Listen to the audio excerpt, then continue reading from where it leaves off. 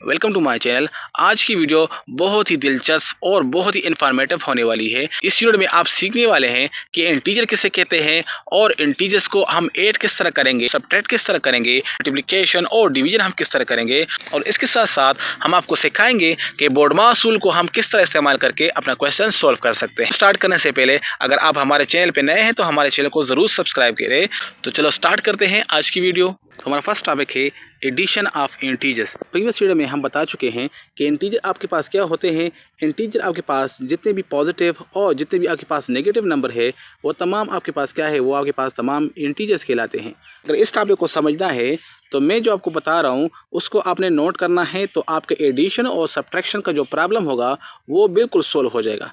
ठीक है, तो सबसे पहले आपने क्या नोट करना है, आपने नोट करना है, सपोज करें आपके पास एक एग्जाम्पल है +2 और +3 आपके पास है। ठीक है, और दूसरा जो आपके पास एग्जाम्पल है वो आपके पास क्या है, वो आपके पास है -2 और -3 आपके पास एग्जाम्पल है। ठीक है, अब इनको हम जमा किस तरह करेंगे। तो जब भी आपके पास इस तरह का केस आ जाए कि दो नंबरों का जो है एडिशन हो या सब्ट्रैक्शन हो, जो भी हो आपके पास, ठीक है, दो नंबरों का एडिशन हो या सब्ट्रैक्शन हो, ठीक है, ये आपके पास केस 1 है।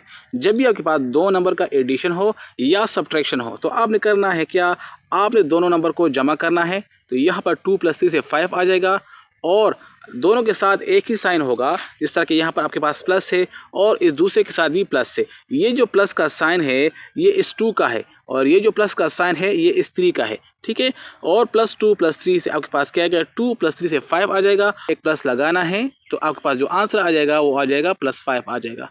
ठीक है, इसी तरह आपके पास ये जो 2 है और 3 है इसको भी आपने ऐड करना है, 5 आ जाएगा। और यहाँ पर जो दो साइन है दोनों माइनस है तो आपने इनमें से एक साइन लगाना होगा, ये हो जाएगा -5 हो जाएगा। तो इसके लिए आपने ये उर्दू का जुमला याद रखना होगा। जब भी आपके पास दो इंटीजर्स का साइन एक जैसा हो, कि जब भी आपके पास दो नंबर्स का, दो इंटीजर्स का साइन एक जैसा हो तो हमेशा आपने एडिशन का काम करना है, आपने इसको जमा करना है और दोनों के साथ जो साइन होता है उनमें से आपने एक साइन को उठाकर यहाँ पर लगाना होगा। ठीक है, ये आपके पास केस नंबर 1 है। यहाँ पर आपके पास हो कि -2 और +3 हो या आपके पास 5 -2 हो। ठीक है, तो फिर आपने क्या करना होगा, ये के पास सेकंड केस है जिसमें दो इंटीजर्स होंगे और एक आपके पास पॉजिटिव होगा और दूसरा आपके पास नेगेटिव होगा। तो इनको आप किस तरह जमा करेंगे या इनको आप किस तरह माइनस करेंगे।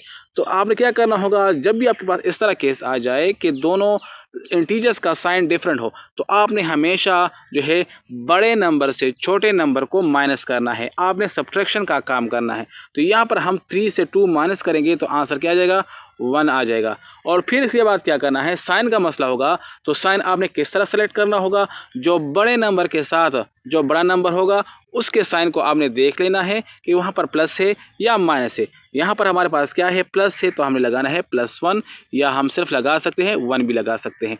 तो इस तरह -2 + 3 से हमारे पास क्या आंसर आएगा, 1 आएगा। इस तरह यहाँ पर आप देख लें कि 5 - 2 है, ये तो सबको पता है कि इससे 3 आता है, लेकिन इसी पर भी आप ये कंसेप्ट इस्तेमाल करें कि 5 - 2 है। ठीक है, तो दोनों का साइन डिफरेंट है, यहाँ पर प्लस है और इस 2 के साथ माइनस है। तो बड़े नंबर से छोटा नंबर को माइनस करेंगे 3 आ जाएगा और साइन हमें देखना है, बड़े नंबर का साइन देखना है तो हमने प्लस लगाना है। तो यहाँ पर हम प्लस लगाएंगे या हम यहाँ कह सकते हैं कि यहाँ के पास क्या है, 3 है। तो इस तरह आप इंटीजर्स को, तो इस तरह आप एडिशन का, तो इस तरह आप इंटीजर्स का एडिशन और सब्ट्रैक्शन बहुत आसानी के साथ कर सकते हैं। आपने दो बातें याद रखनी होगी, जब साइन एक जैसा होगा तो आपने एडिशन करना होगा और दोनों साइन में से एक साइन को आपने उठा लेना है। ठीक है, इसी तरह अगर साइन डिफरेंट हो, यानी आपके पास इंटीजर जो हो वो अपोजिट इंटीजर्स हो, एक पॉजिटिव इंटीजर हो और दूसरा नेगेटिव इंटीजर हो, ठीक है, तो फिर आपने क्या करना है, तो आपने सब्ट्रैक्शन का काम करना है, बड़े नंबर से छोटे को माइनस करना है और साइन आपने वो लगाना है जो बड़े नंबर का साइन हो। तो उम्मीद है आप इंटीजर्स का एडिशन और सब्ट्रैक्शन में आपको कोई कन्फ्यूजन नहीं होगी। जिस तरह एग्जाम्पल नंबर 1 में है कि ऐड 2 इंटीजर्स -2 -3। ठीक है, यहाँ पर -2 और -3 को ऐड करेंगे। यहाँ पर हम नंबर लाइन पर भी इसको ऐड कर सकते हैं, लेकिन हमारा जो मकसद है वो क्या है, हमने सिर्फ इसका एडिशन सीखना है। नंबर लाइन पर अगर आपको आता है तब भी ठीक है, नहीं आता तब भी ठीक है। अगर आपने इसको नंबर लाइन पर भी सीखना है तो आप इसको सीख सकते हैं। -2 एग्जाम्पल नंबर 1 है the distance from Ali home. Example number 1 पर हम यही कंसेप्ट इस्तेमाल करते हैं और देखते हैं कि क्या यही कंसेप्ट हमारा काम करेगा या नहीं करेगा। The distance from the Ali home to park is 11 metre. ठीक है, यहाँ पर आपके पास जो डिस्टेंस है वो क्या है, 11 है, यानी +11 है। ठीक है, एंड फ्रॉम पार्क टू मस्जिद इज़ 22 मीटर। और पार्क से लेकर मस्जिद तक जो डिस्टेंस है वो 22 मीटर है। What is the total distance from Ali home to मस्जिद।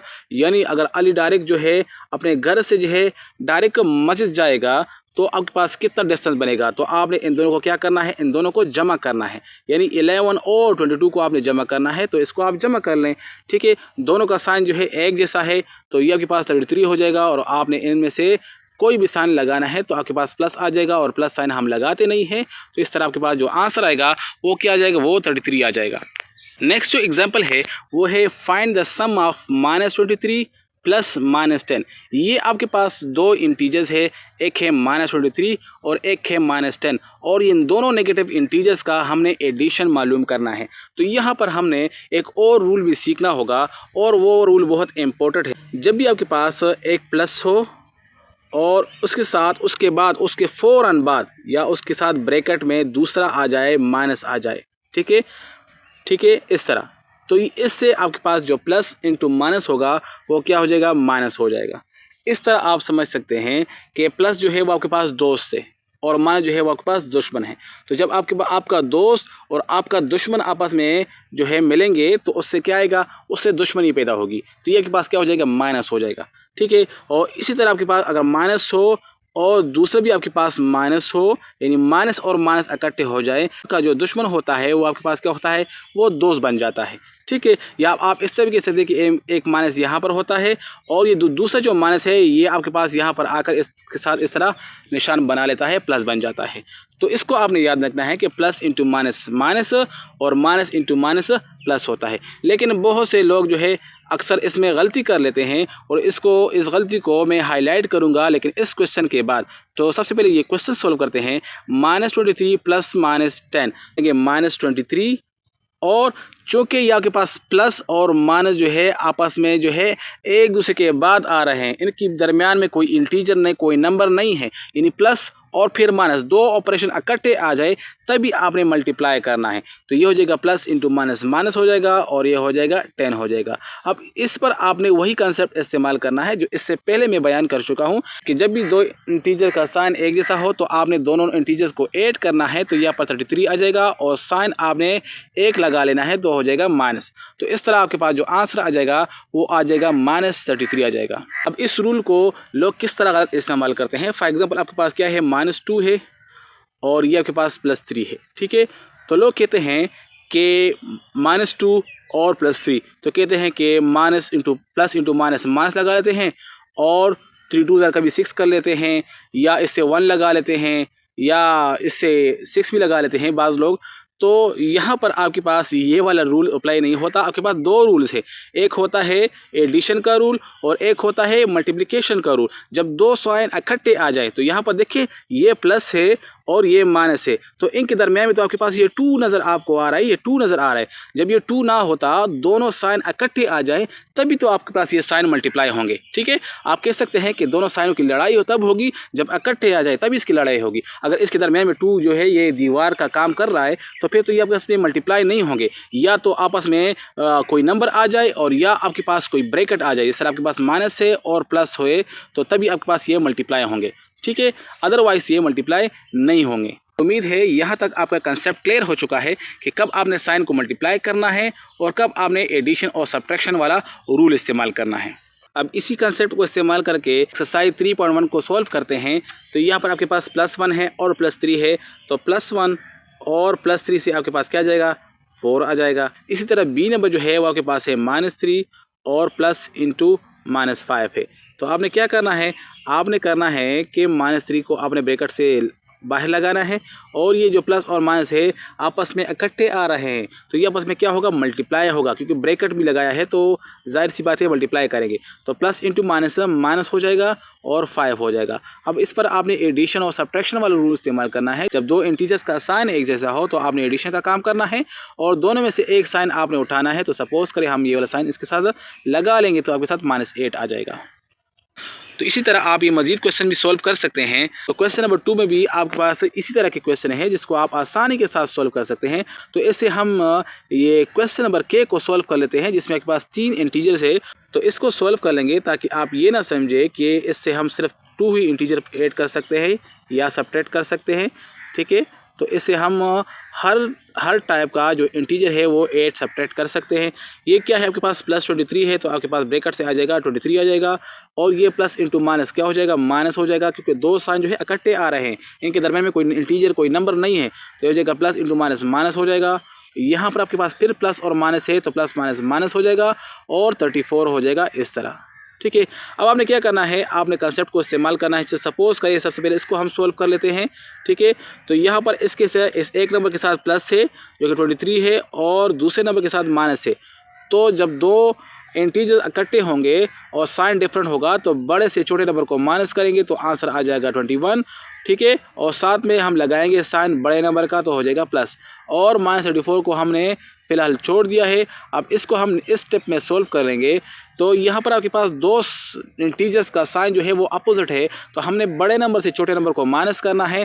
तो 34 से आपने 21 को माइनस करना है तो आंसर आ जाएगा 13 आ जाएगा। तो चूँकि आपके पास 34 बड़ा है तो हमने माइनस का साइन लगाना है इसके साथ। तो इस तरह आपके पास इसका जो आंसर आ जाएगा वो आ जाएगा -13 आ जाएगा। Difference of 2 integer is 34। तो 2 इंटीजर्स का जो डिफरेंस है वो क्या है, 34 है। यहाँ के पास 2 इंटीजर्स है जिनके दरमियान में क्या है, माइनस का साइन है। आंसर आता है वो क्या है, वो आपके पास +34 है, इस तरह 34 हो जाएगा।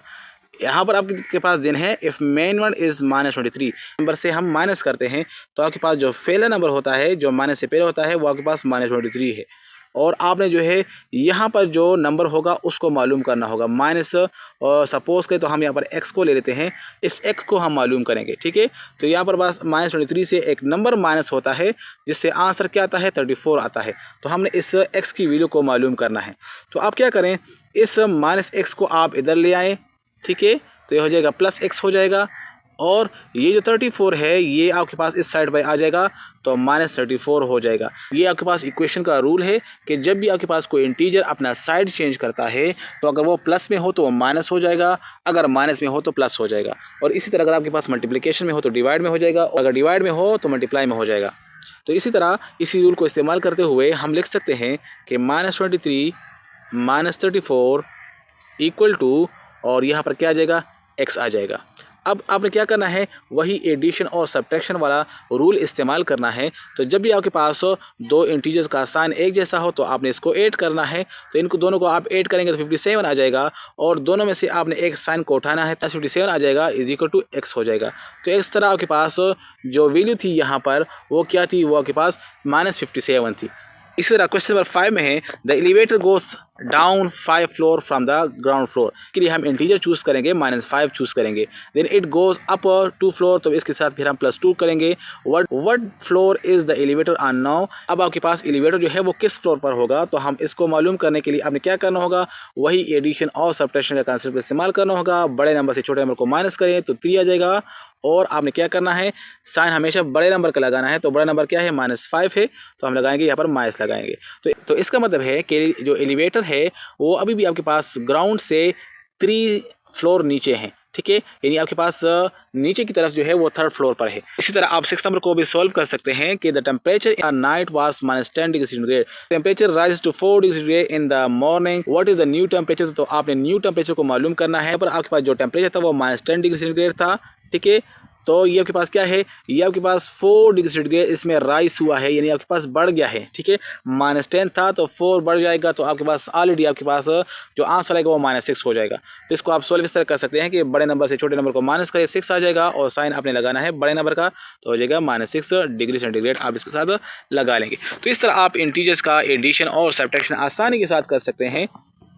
नेक्स्ट टॉपिक है आपके पास laws of integers under addition. ठीक है, आपके पास कुछ लाज है जो कि एडिशन और मल्टीप्लिकेशन दोनों में होल्ड होती है। तो यहाँ पर हम इसको समझने की कोशिश करते हैं। नंबर फर्स्ट आपके पास जो लॉ है वो है क्लोजर लॉ। क्लोजर लॉ आपके पास क्या होता है? तो क्लोजर लॉ आपके पास क्या होता है? फॉर एग्जांपल मैं दो रियल नंबर्स को लेता हूँ, सपोज करें 2 और 3 या इंटीजर से। तो सपोज करें आप दो इंटीजर्स को ले लें, ठीक है। अब आपको पता है कि ये हमने कहाँ से लिए हैं, ये हमने इंटीजर से लिए हैं या हमने रियल नंबर से लिए हैं। अगर हमें इनको जमा करेंगे, ठीक है, तो इनको हम जमा करेंगे 2 + 3, जिससे आंसर आ जाएगा 5। तो ये 5 क्या होगा? ये भी तो इंटीजर है, ये भी तो एक इंटीजर बन जाएगा। तो इस तरह आपके पास 2 नंबर या 3 नंबर जिनको आप जमा करेंगे तो उससे वो दोबारा वही इंटीजर आ जाए, तो इसको हम कहते हैं कि आपके पास क्लोजर प्रॉपर्टी या क्लोजर लॉ को सेटिस्फाई कर रहा है। यानी आपके पास क्या है? क्लोज है विद रिस्पेक्ट टू एडिशन। यानी हम यहाँ पर एडिशन का कहा है, तो यहाँ पर आपके पास एडिशन के लिहाज से ये क्या होगा? क्लोज होगा। इसी तरह अगर आपके पास मल्टीप्लिकेशन का कहा जाए, यानी हम कहें कि -2 × -3, तो हम इंटीजर से ले लेंगे, एक 2 नंबर ले लेंगे, -2 × -3 ले लेंगे और इसको मल्टीप्लाई कर लेंगे, तो माइनस इंटू माइनस प्लस हो जाएगा और 3 2 क्या हो जाएगा? 6 हो जाएगा। 6 क्या है? ये भी आपके पास इंटीजर सेट में मौजूद होगा, तो ये भी आपके पास क्या होगा? क्लोज होगा। इंटीजर का जो सेट है वो मल्टीप्लिकेशन लिहाज से भी आपके पास ये प्रॉपर्टी सेटिस्फाई करता है। इस तरह कम्यूटेटिव प्रॉपर्टी क्या होती है? सपोज करें आप कोई भी 2 नंबर उठा लें, कोई भी 2 इंटीजर उठा लें। मैं यहाँ पर 2 और 5 को उठाता हूँ, ठीक है। 8 2 + 5 से क्या आएगा? 7 आएगा। क्या हम इस तरह कर सकते हैं कि 5 + 2 लिख लें, तो इससे भी 7 आएगा? तो इसको हम कहते हैं कम्यूटेटिव प्रॉपर्टी। यानी हम इसको सिंबॉलिकल लिखते हैं, a + b, और यहाँ पर b पहले और ए आपके पास बाद में आ जाएगा। यानी सिर्फ ऑर्डर चेंज होने से आंसर में कोई फ़र्क नहीं पड़ेगा, ऑर्डर चेंज करने से आंसर पे कोई फ़र्क नहीं पड़ता। इसी तरह आपके पास जो थर्ड प्रॉपर्टी है वो आपके पास है एसोसिएटिव प्रॉपर्टी। एसोसिएटिव प्रॉपर्टी में क्या होगा? इसमें आपके पास 3 एलिमेंट्स होंगे, A B C। हम यहाँ पर ले लेते हैं 1 2 और 5 लेते हैं। तो हम क्या करेंगे कि हम इसको जमा करेंगे, तो 1 2 और 5 और इक्वल टू होगा ये 1 + 2 + 5 के इक्वल होगा। तो हम क्या इस तरह कर सकते हैं कि यहाँ पर हम ब्रैकेट लगाएंगे पहले 2 नंबर से, तो यहाँ पर हम ब्रैकेट लगाएंगे पहले 2 नंबर पर, और यहाँ पर हम लगा लेंगे लास्ट 2 डिजिट पर लगा लेंगे। दोनों का जो आंसर होगा वो सेम होगा। यानी आपके पास क्या होगा? यहाँ पर एसोसिएटिव प्रॉपर्टी में 3 डिजिट होंगे और ब्रैकेट का इस्तेमाल होगा। आइडेंटिटी क्या होता है? जब आपके पास कोई नंबर हो, फॉर एग्जाम्पल जो भी नंबर आपके पास हो, सपोज करें A है और इसके साथ आप 0 जमा करेंगे, तो इसके साथ आपके पास जो आंसर आएगा वो क्या होगा? वो A होगा। क्योंकि ये 0 जो क्या है, ये 0 इस 0 को हम कहते हैं एडिटिव आइडेंटिटी, यानी identity with respect to addition. यानी एडिशन में ये आपके पास आइडेंटिटी का रोल अदा करता है। तो इस तरह आपके पास जो ई नंबर है वो क्या है? एडिटिव इनवर्स है। तो एडिटिव इनवर्स क्या होता है? सपोज करें आपके पास जो 2 है, इसके साथ हम ऐसा कौन सा नंबर जो है जमा करें कि इससे जो आपके पास आंसर आ जाए वो क्या आ जाए? 0 आ जाए, या एडिटिव आइडेंटिटी आंसर आ जाए। तो 2 के साथ हम क्या जमा करेंगे? तो इसके साथ हम इसका दुश्मन ऐड करेंगे, तो इसका जो दुश्मन हो जाएगा वो -2 हो जाएगा, ठीक है।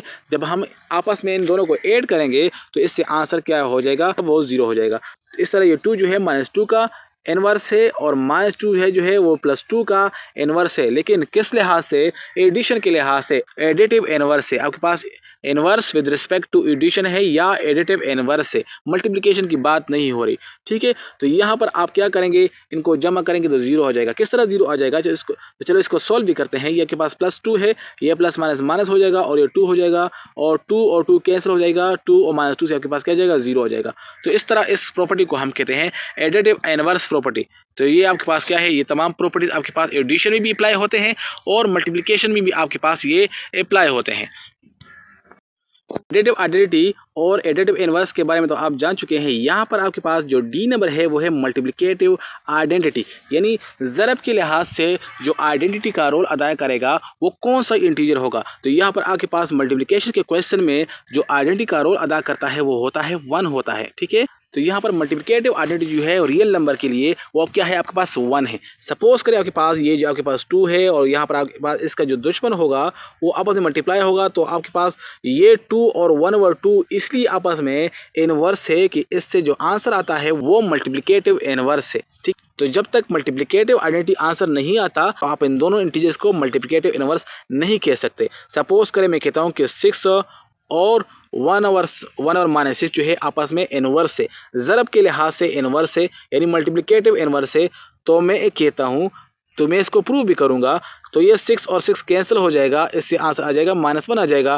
तो इससे तो -1 आंसर आ रहा है, प्लस तो नहीं आ रहा। तो इसका मतलब है कि मैंने कहीं पर गलती की है, क्योंकि हमने चेक करना है कि इसका आंसर 1 आना चाहिए, मल्टीप्लिकेटिव आइडेंटिटी आनी चाहिए, ये इसकी आइडेंटिटी है। तो इसका मतलब है कि हमने कहीं पर गलती की है। तो इसका मतलब है कि ये माइनस नहीं होना चाहिए, या तो ये माइनस ख़त्म करना चाहिए, या तो उस दूसरे 6 के साथ भी आपने माइनस लगाना होगा। तो ये 6 और 6 कैंसिल हो जाएगा, अब +1 आ रहा है। अब ये 6 और 1 और 6 क्या है, ये आपके पास मल्टीप्लिकेटिव इनवर्स से। तो जो हमारा जो नेक्स्ट टॉपिक था मल्टीप्लिकेटिव इनवर्स, वो भी इसमें कवर हो जाएगा, जिस पर हम एक दूसरा एग्जांपल भी कर लेते हैं। √5 है, ठीक है, √5 है, तो हम क्या मल्टीप्लाई करें कि इससे आपके पास क्या आ जाए, 1 आ जाए। तो जाहिर सी बात है, हम यहाँ पर मल्टीप्लाई करेंगे 1 डिवाइड बाई √5, यानी आपने ऊपर 1 लगाना है, और यहाँ पर जो कुछ भी होगा उसको आपने यहाँ पर 1 के नीचे डिवाइड में लगाना है। तो इस तरह ये और ये कैंसिल हो जाएगा और 1 आ जाएगा। हमने 1 को तो लगाना है, क्योंकि 1 हमारे पास आंसर आना चाहिए, और इस √5 को ख़त्म करने के लिए हमने डिवाइड में √5 लगाना होगा।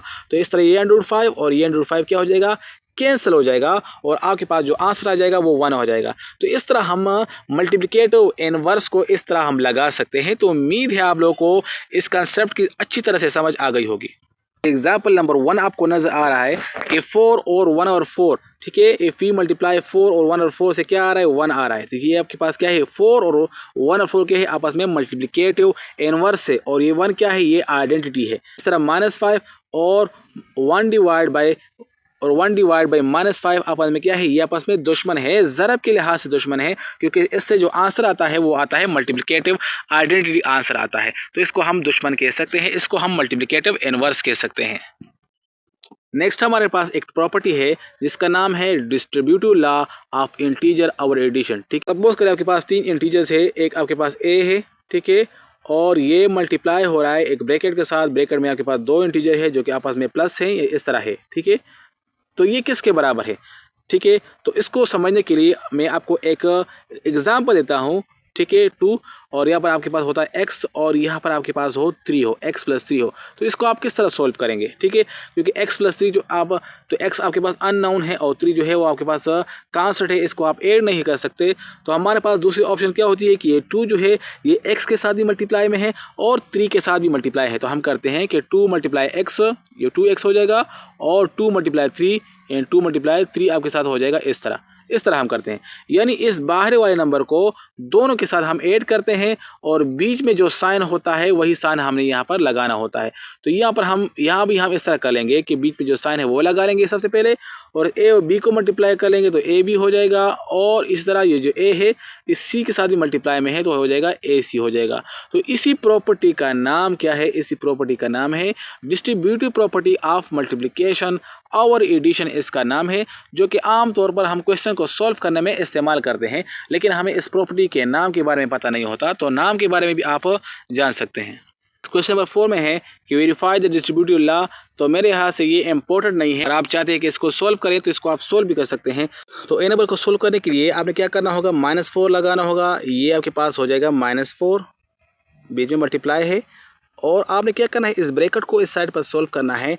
तो 1 और प्लस इंटू माइनस माइनस हो जाएगा, तो हम लगाएंगे 1 -3 लगा लेंगे, ठीक है।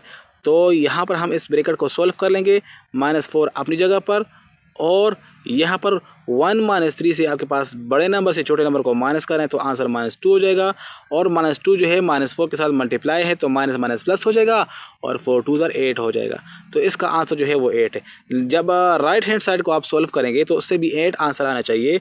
तो यहाँ पर ब्रैकेट में क्या है, -4 × 1 है तो -4 हो जाएगा, मल्टीप्लाई होकर बीच में मल्टीप्लाई है, और इस ब्रैकेट को भी आप सॉल्व करें, -4 मल्टीप्लाई हो रहा है -3 के साथ, तो माइनस और माइनस प्लस हो जाएगा, और 4 आपके पास क्या हो जाएगा, 12 हो जाएगा। अब इसको आपने सोल्व करना है, बड़े नंबर से छोटे नंबर को माइनस करना है तो 8 हो जाएगा, और साइन आपने बड़े नंबर का लगाना है तो प्लस लगाना है, तो प्लस हो जाएगा +8, और ये भी हो जाएगा +8। तो इस तरह आप डिस्ट्रीब्यूटिव प्रॉपर्टी को प्रूफ कर सकते हैं। और पेपर के लिहाज से ये क्वेश्चन इंपॉर्टेंट नहीं है, इसको आप स्किप भी कर सकते हैं। अगर आपको यहाँ पर समझ नहीं आ रही तो आप इसको स्किप कर सकते हैं। अब एक्सरसाइज 3.6 को सोल्व करते हैं, ठीक है। जो बातें मैंने बताई है उन बातों को आपने याद रखना है, और इस एक्सरसाइज को आपने सॉल्व करना है। तो ए नंबर को सॉल्व करते हैं। ए नंबर आपके पास है +45, और डिवाइड बाय है, तो डिवाइड बाय क्या है, -5 है। ठीक है, डिवाइड में क्या है, -5। तो आपने क्या करना है, जो मैंने बताया था कि जब भी आपके पास दो साइन आपस में मल्टीप्लाई हो तो प्लस इंटू माइनस जो है वो माइनस होता है। तो यहाँ पर आपके पास जो मल्टीप्लिकेशन में कंसेप्ट था वो आपके पास डिवीजन में भी वही कंसेप्ट है। तो यहाँ पर प्लस इंटू माइनस क्या हो जाएगा, ये आपके पास माइनस हो जाएगा। और 45 को जब आप 5 पे डिवाइड करते हैं तो आपके पास होता है 9 होता है। तो इसका जो आंसर आएगा वो 9 हो जाएगा। नेक्स्ट अगर आप सेकंड बी नंबर को डिवाइड करना चाहें तो हो जाएगा -63, और डिवाइड की जगह आप ये वाला डिवाइड लगा ले, हो जाएगा -9 हो जाएगा। तो चूँकि माइनस और माइनस क्या हो जाएगा, प्लस हो जाएगा, या आप इस तरह भी कह सकते हैं कि माइनस और माइनस कैंसिल हो जाएंगे या प्लस हो जाएगा। और 63 को जब आप 9 पे डिवाइड करते हैं तो आंसर क्या आता है, 7 आता है। इसी तरह आप इसी कंसेप्ट को इस्तेमाल करके इन क्वेश्चन को बहुत आसानी के साथ आप सॉल्व कर सकते हैं। इसके बाद क्वेश्चन नंबर 2 को सॉल्व करते हैं, जिसमें गिवन है कि 0 डिवाइड बाय 4, मतलब क्या है कि आपके पास 0 हो और 0 को आपने तकसीम करना है, 4 ग्रुप में तकसीम करना है, ऐड कर सकते हैं। यानी इस 0 को हमने तकसीम करना है, 4 ग्रुप में तकसीम करना है। तो इसका मतलब है कि हम इसको 0 के साथ मल्टीप्लाई करेंगे तो ये आपके पास क्या हो जाएगा, 0 हो जाएगा। तो इसका जो आंसर आ जाएगा वो क्या हो जाएगा, वो 0 हो जाएगा। यानी हर एक ग्रुप को जो है वो 0 0 और 0 मिलेंगी। हर एक ग्रुप को आपके पास 0 0 0 मिल जाएगा। इस तरह बी जो है वो भी इस तरह का केस है, यहाँ पर भी आपके पास आंसर 0 हो जाएगा। और जो सी है वहाँ पे भी आपके पास 0 हो जाएगा, और ऐसे आपके पास 0 हो जाएगा और 0, और तमाम में आपके पास 0 0 आंसर आ जाएगा। टॉपिक है वो आपके पास है बोर्डमास रूल। यहाँ पर हम इसको डिटेल के साथ बयान करते हैं और कोशिश करते हैं इसको हम आसान अल्फाज में बयान करें, ताकि इस पर कोई MCQs आ जाए और इस पर कोई क्वेश्चन आ जाए तो इसको हम आसानी के साथ सॉल्व कर सकें। तो चलो सीखते हैं कि बोर्डमास रूल होता क्या है और इसको हम किस तरह इस्तेमाल कर सकते हैं। B means bracket and O means order. D means division, M means multiplication, A means addition, and S means subtractions. So, first, if we have all the operations involved in one step, we have to remove the bracket. And in bracket, there is also a order. We have different brackets. First one is round bracket. We have to solve round bracket first. After that, we have to solve parenthesis. And after that, we have to solve large bracket or square bracket. So bracket order means first we have to solve this bracket, after that we have to solve this bracket, and after that at the end we have to solve this bracket. Okay, after that we have to solve division. We have to solve division. After that we have to solve multiplications. We have to solve multiplication. After that we have addition, and the last subtraction and addition. These addition and subtraction are exchangeable. Apply this rule to a question. Is 4 multiply 8 divided by 2 into 4 plus 2 into 6 divided by 3, and small bracket close and large bracket close. This is the question in which different operations are involved. Also, there are two brackets. So, according to Boardma's, we have to remove bracket, or we can say that we have to solve bracket first. And in bracket also there is a specific order which says the first bracket will be small bracket. And bracket we should solve first this bracket, small bracket. So this one should be solved first. So let's solve them. 4 multiply 8 divided by 2, large bracket 4 plus 2, and this will be solved first. So 6 divided by 3 means 6 divided by 3. 6 divided by 3, the answer is 2. So we'll write here 2. So this bracket is solved. So this bracket has been solved. So after that we will solve the large bracket. So 4 multiply 8 divided by 2, and we have to solve the large bracket. But in large bracket there are two operations. The first one addition and the second one is a multiplication. This 2 is multiplied with 2. So according to Boardma's, we have to solve multiplications. So and in this bracket we have to solve first this operation, it is multiplied. So 4 here and 2 multiplied 2 is we can write as 4. So this bracket is also is going to be solved. 4 multiply 8 divided by 2, and now there is only one operation which is addition. So 4 plus 4 which we can write as 8. Now there is a multiplied sign, so it means it is simple multiplication. This bracket has been solved, so all the bracket has been solved. We can write as 4 multiply 8 divided by 2, and this 8 is multiplied with this operations. So this 8 is just in multiplications. Now according to Boardma's, division will be solved first, so we can write as 4 multiplied, and 8 multiply 8 divided by 2. 8 divided by 2 means 8. If we have to divide 8 divided by 2, the answer is 4, and this 8 is here. So 4 4 16, 4 times 4 4 times 4 16. So here 4 times 4 16, and 16 is multiplied with 8. This we can write as 16 multiplied 8 become 128. So that's how when different operations are involved, we have to apply the BODMAS rule. The next question is 16 divided by 2 multiplied with 4 into 8 multiplied 4 divided by 4. So now we'll solve this question using BODMAS rule. So according to BODMAS rule, bracket order means we have to solve first this bracket, and after that we have to solve large bracket.